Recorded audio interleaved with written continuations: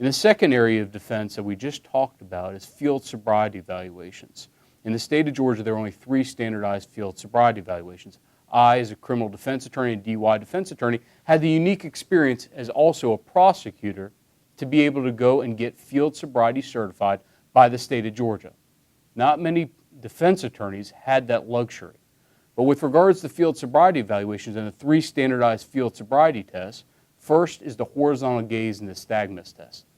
That's the eye test, where the officer is looking for an involuntary jerking of your eyes.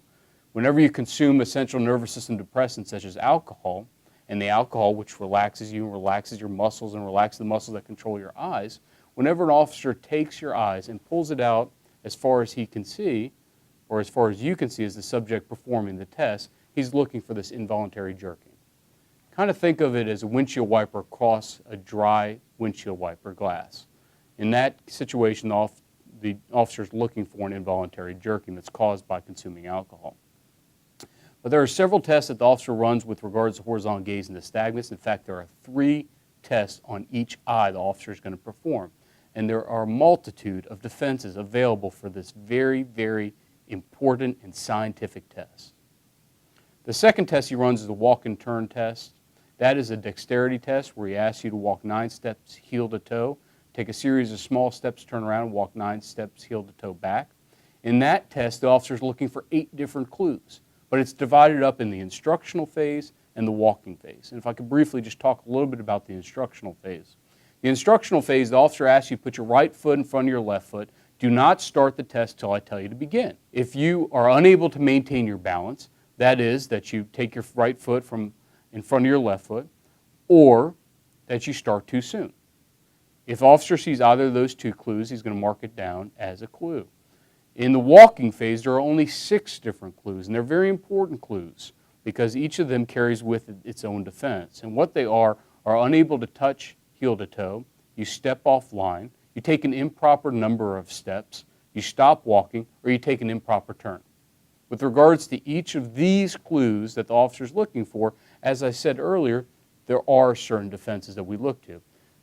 Age, sometimes handicap, sometimes people have ailments that could cause them to not score very well on the test. And besides, who's used to walking right foot in front of left foot for 9 steps heel to toe, take a series of small steps. You're on the side of the road, you're nervous, it's difficult to do, there's cars going by you, the officer is making you nervous, and on top of it, this has nothing to do with driving.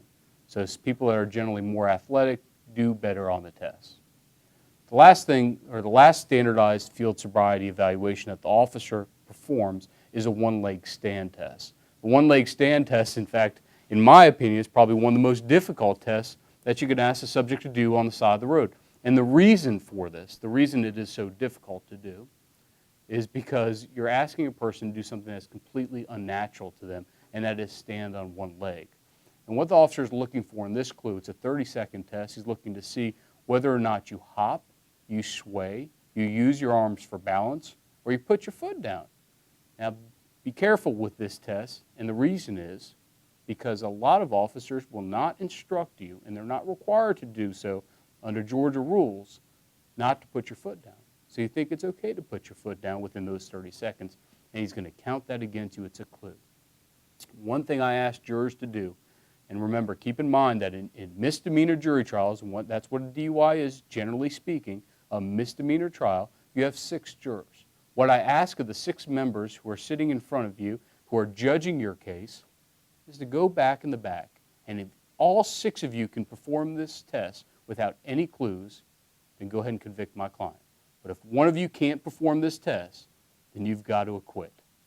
And generally speaking, they don't go in the back and do the test, but as you can imagine, if they did, they would fail.